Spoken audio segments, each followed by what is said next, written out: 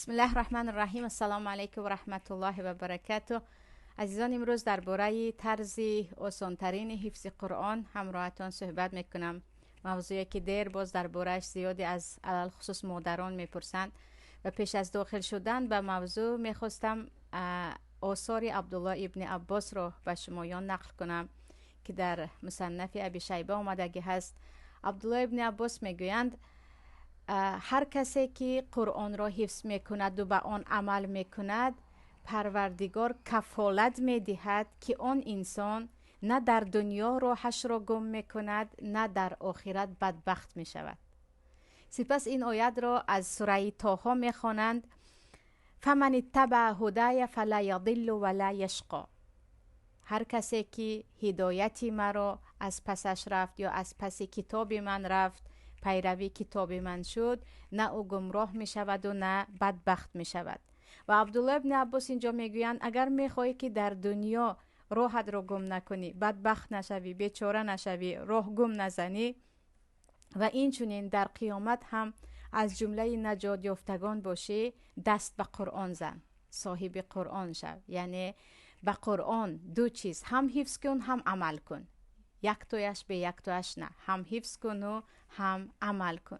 این چونین درباره فضیلت آنهایی که حافظ قرآن هستند که به پدرشان توجه میپوشانند، در قیامت به پدر و مادرشان که روشنیش از آفتاب روشنتر است و دیگران و آن پدر و مادر غبطه میخورند یا گفتیم حسد میبرند و این چونین بالاترین منزلت برای حافظان قرآن داده می شود. حدیث ها زیاد است و من فقط همین آثار عبدالله ابن عباس یک حدیث دیگری پیامبر صلی الله علیه و سلم را که در مستدرک حاکم آمده است گرفتم. حدیثی که در مستدرک حاکم است، پیامبر صلی الله علیه و سلم باره میگویند: ان لله اهلین من الناس. پروردگار عزیزانی خود را از بین مردم دارد، یعنی نفرانی که به او خیلی نزدیک هستند، در نزد پروردگار قدر و قیمتی بالا دارند. اهلین به این معنی آمده است. صحابه ها میپرسند من هم یا رسول الله؟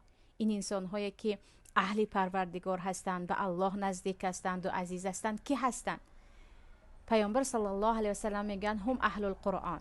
آنها اهل قرآن هستند، آنهایی که دست به قرآن میزنند و با قرآن کار و بار دارند. هم اهل الله و خاصته. آنها اهل الله می باشند، نزدیکترینند به الله و نفرانی مخصوص هستند، یعنی جایگاه مخصوصی خود را در نزد پروردگار دارند. پس اینجا عزیزان می دانیم که وقتی کسی در نزد پادشاه، پرزیدنت منزلت و مکانت خودش را داشته باشد، آن پادشاه همیشه او را احترام میکند، بالا میکند، حاجت های او را به توانش برآورده میکند. پس چی فکر دارید وقتی ما عزیز در نزد پروردگار میشویم؟ آنی که صاحب ملک است، صاحب عظمت است، صاحب عزت است، کسی که ذاتی که به کسی عزت دهد هیچ کس او را خوار کرده نمیتواند. پس اگر میخواهیم نزدیکتر و نزدیکتر به پروردگار شویم و پروردگار ما را گرامی دارد که اگر او کسی را گرامی داشت هیچ کس خوار کرده نمیتواند، باید اهل قرآن باشیم. و چگونه ما اهل قرآن شویم؟ یعنی چگونه قرآن را حفظ کنیم که بالاترین منزلت چی است؟ حفظ قرآن. البته خواننده های قرآن هم ثواب میگیرند، اما حفظ قرآن منزلت دیگر را دارد برابر عمل کردن به آن. چون آنهایی که فقط میخوانند و عمل نمیکنند، میبینید که دیگر از آنها یگان خیر نه به خودشان است نه به دیگران، که مثل الحمار یحمل اسفارا، مانند خری که بالایش چقدر کتاب ها بار کرده شده است. آنی که قرآن را حفظ کرده است و هیچ عملی در آن دیده نمی شود، از همان خری که پروردگار در قرآن مثال میزند فرق ندارد. پس چیکار کنیم که هم صاحب یعنی حفظ قرآن باشیم و هم عمل کننده به آن؟ پیش از همه باید نیت خود را، اخلاص خود را، یعنی خالصاً به خاطر الله حفظ کردن را در قلب خود جای کرده باشیم.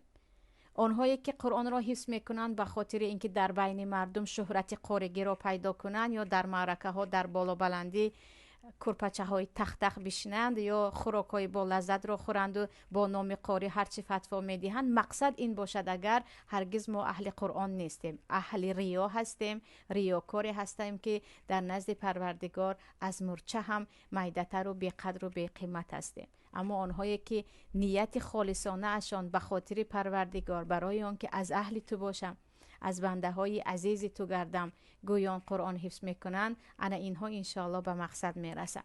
چیزی دیگر عزیزان، خیلی زیادی پدر و مادران میپرسن که چیکار کنیم که فرزند ما زود حافظ قرآن شود. من تعجب میخورم به آنها که چرا خودتان حافظ قرآن شدن رو تصمیم نمیگیرید؟ چرا خودتان نمیگوید که من چگونه حافظ قرآن شوم؟ فرزندی شما آینده تر هم شاید شود، اما چرا خودتان برای خودتان نقشه نمیکشید؟ از خودتان هم که البته پرسیده میشوید. زیادی ها میگن ذهنی کن دارم و سن سالم رفت. چند ساله هستی؟ هنوز 50 ساله نیست، هنوز 40 ساله نیست. در حالی که خودی بنده هم شاهد بودم، شاید در اینترنت هم در یوتیوب دیده توانید، انسان هایی هستند که بعد از 60 سالگی حافظ قرآن شدن. انسان هایی هستند که در 20 سال، یعنی از 20 سالگی شروع کردن تا 40 سالگی حافظ قرآن شدن. فقط نیتشان حافظ قرآن شدن به خاطر الله بود و در مدت طولانی باشد هم الله برایشان نصیب کرد. پس اینجا قرآن حفظ کردن هرگز به سن و سال وابستگی ندارد. همه ذهن ها می توانند گشاده شوند.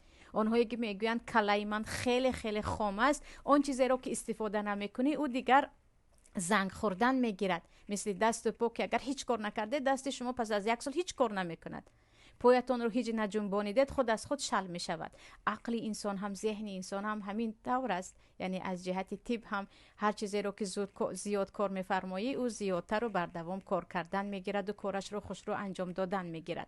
برای همین پدر و مادران هر یکی شما هم میتوانید حافظ قرآن شوید و اصلا که من دیر شد و دیگر نتوانم، این ناامیدی در مایان نباشد. چیزی دیگر عزیزان بیاید بگذاریم برای زود خوش رو اذیت کردن و آسان اذیت کردن. زود اذیت کردن رو یک طرف مونید، برای اون که در یگانجا آمدگی نیست که حتمی تو در 2 سال حافظ قرآن شو، 1 سال نشده حافظ قرآن شو. شما میتوانید در 10 سال شوید اما بهترین حافظ شوید. شما میتوانید در 15 سال شوید. نیت شما رضایت الله هست، شرط نیست یعنی زود من این رو میکنم گویان از بحر تمام زندگی برایم.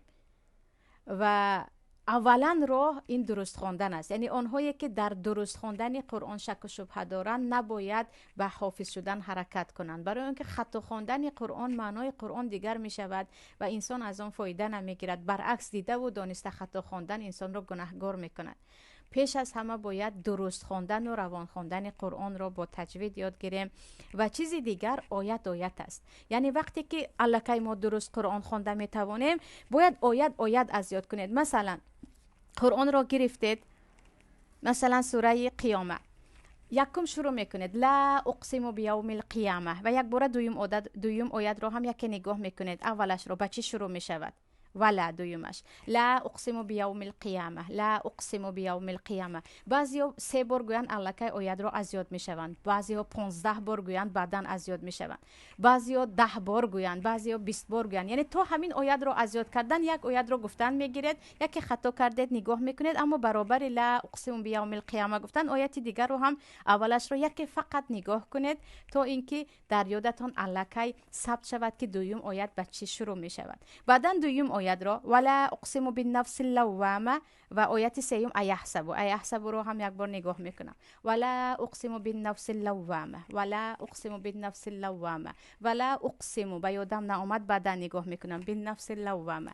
همین طور آیت از یاد کنون آیتی پس می آمده رو یک بار اولش رو نگاه میکنیم. بعد از اینکه تمامی آیت ها رو از یاد کردیم، می توانیم در اول 4 قطاره شروع کنیم، می توانیم بعدن کم کم زیاد کنیم، یا حتی 2 قطاره، یا حتی 1 آیتی، یا حتی 3 قطار. یعنی به قدرت ذهنی خودتون نگاه کنید. اگر توانستید 4 قطار تا 4 قطار هر یک آیت رو خواندن میگیریم تا کلا از یاد شویم. بعد از این همش رو پیوست میکنیم. در وقت همش رو پیوست کردن هم قرآن پوشیده میشود. یک خطا کردیم نگاه میکنیم که در کجا خطا کردم، بعدا دوام میدیم. یعنی آیت کلا یک صحیفه رو خواندن و آسانش یک آیت حفظ کردن و بعد دیگریش در آخر همش رو پیوست کردن. و چه خیلی گفتم برابر 1 آیت را حفظ کردن دویم آیت سرشویش چی است نگاه میکنیم. این صحیفه رو تمام کردیم، هم این صحیفه رو عیناً همین خیل. آخرین اینجا ثم ان علینا بیانه، این طرف کلا بل در یادم بیستد، ثم ان علینا بیانه شروع میکنم. سپس بعد از پیوست کردن خواهران عزیز و تمام بینندگان، چیزی مهمی دیگر معنایش هست. هر کسی که معنای قرآن رو فهمید، حفظش هم آسان می شود، برکتش هم، چون او عمل کردن رو حرکت می کند. معنای قرآن رو ندانسته فقط قاری از زیادی زود از یاد هم می براید و خیلی گفتم فایده هم نداره، چون که تو اصلا مأمور هستی که عمل کنی به گفته های پروردگار. برای همین آسان ترین یگان تفسیر رو پیدا کنید. خطا نکنم تفسیر سعدی رو که خیلی مختصر هست، زبان روسیش برآمدگی است ترجمهش، یا تفسیر آسان بیان حتی که در تاجیکستان است مختصر است اما معنیش رو میفهمید. پروردگار از مؤلفش راضی باشد که یک خدمتی بزرگ برای مردم ما کردن. می توانید از آن استفاده کنید. یعنی کدام سوره رو از یاد میکنم گفتید، حتما یک بار به معنیش هم تفسیری وسیع نباشد هم کوچک کوچک تفسیر میده آن نگاه کنید که برابر این هم شما آن سوره درباره چی صحبت میکند حداقل میفهمید و هم در وقت از یاد کردن برایتان آسان میشود. چیزی دیگر از یاد کردن، چیزی که از یاد کردیم باید در نماز خونده. مثلا امروز من سوره قیامه رو از یاد کردم، در همین روزه نمازهایم باید بخوانم. در داخل نماز یگان آیت فراموش شد، مشکل ندارد، بر رکوع می رویم، مشکل ندارد، چون یک آیت اگر ما پیوست کنیم هم ما الکی سنت رو انجام دادیم. اما در نمازها اگر نخواندیم وای از نه فراموش شده می رود. یعنی بهترین راهی حفظ کرده خود را در ذهن نگاه داشتن این چی هست؟ این در نمازها خواندن سوره حفظ کرده است. بعد از آن وقت مناسب است. یعنی بعضی انسان ها هستند که صبحی بر وقت می توانند خیلی زود از یاد کنند، بعضی ها هستند که در نصف روزه، بعضی ها هستند که میگن پیش از خواب چیزی رو نخواندم پگاهی روز اگر 2-3 بار خونم حفظ میشوم. یعنی خودتان رو باید شناسید که کدام وقت ذهن شما تازه تر است و زود قبول میکند و البته بهترینش وقتی که همه جا آرام است و چیزی ذهن شما رو مشغول نمیکند و علل خصوص وقتی مردم خواب هستند و ما دست به کتاب الله میزنیم. هم یکی از عملهای ثواب است و هم وقتی اطراف آرام است ما زود از یاد میکنیم. یعنی وقتی رو برای خود پیدا کنیم که هیچ چیز به ما خلل نرساند. در دست قرآن، اینجا دیگر کار، آنجا تلفن، آنجا تلویزیون، در این وقت 10 بار خوانیم اگر پیشتر از یاد شویم 100 بار خوانیم هم از یاد نمیشویم. یعنی وقتی مناسبه که آرام است و کسی کاردار نمیشود باید به خود پیدا کنیم که خود بنده همیشه صبح ساعت 4 سحر زیاده از یاد میکردم وقتی که در مرحله حفظ قرآن بودم. چیزی دیگر تکرار، یعنی اگر تکرار نکردیم هر چیزی که از یاد کردیم فراموش می شود. برای همین برابر هر روز از یاد کردن تکرار هم داشته باشیم. اونهایی که حافظ قرآن هستند باید هر روز حداقل 1 پارگی قرآن تکرار کنند، بعدا رفته رفته 5 پاره 4 پاره.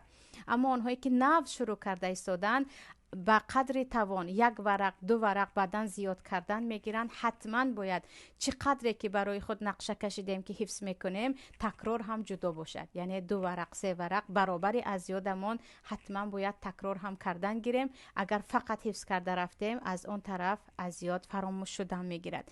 و چیزی دیگر عزیزان، زیادی هایی که به حفظ قرآن شروع کردن از این شکایت میکنن که چرا فراموش میشود. همه چیز فراموش میشود. یعنی ذهن انسان دو نمود حافظه دارد، حافظه که دائمی هست و حافظه که وقتینچه هست. یعنی 1 بار حفظ میکنید دیگر تکرار نکردید و در حافظه اولیتان دیگر نیست شده می رود.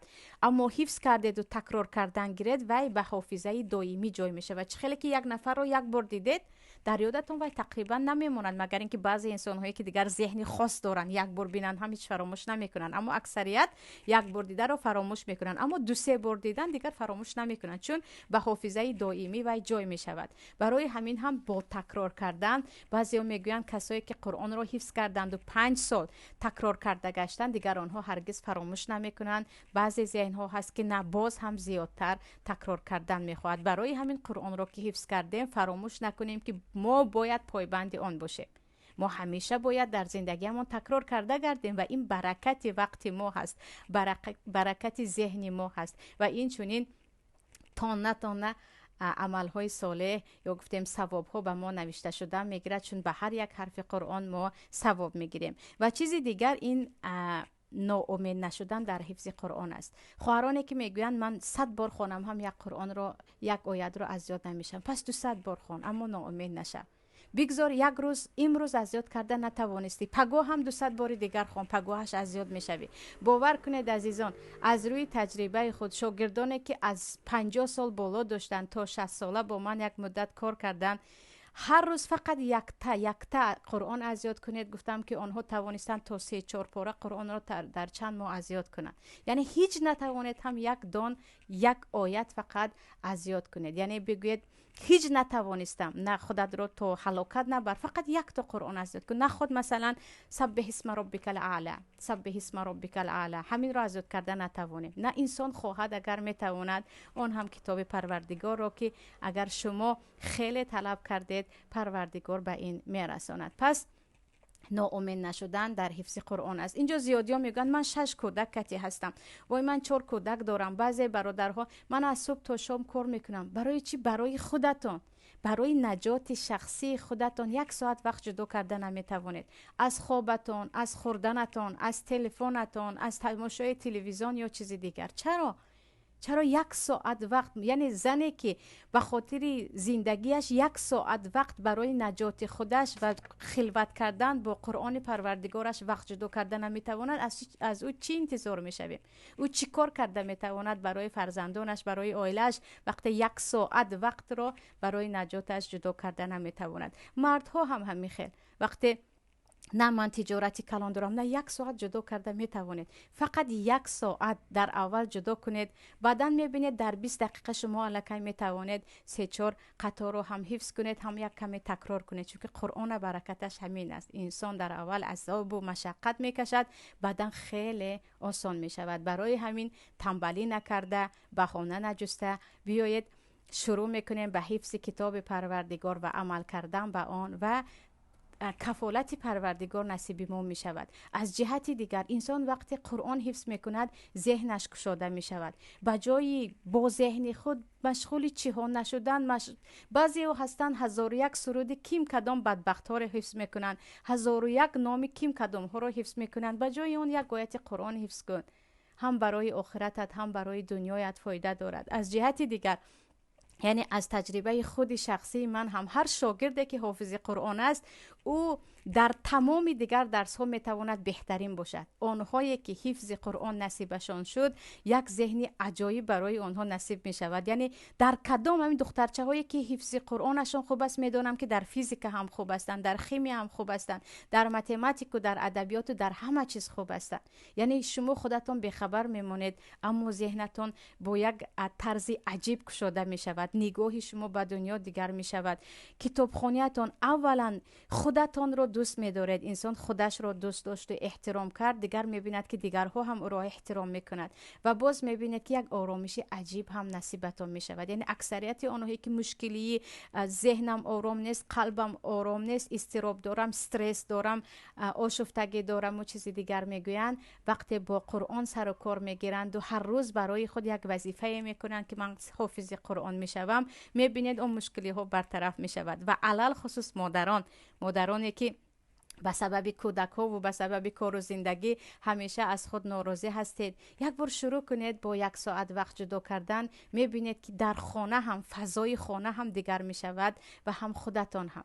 و من خود شخصا استاد داشتم الله حفظشان کند، ام عبدالرحمن، با 8 کودک هم حافظ قرآن بودن. کودک ها خود از خود حافظ قرآن شده بود.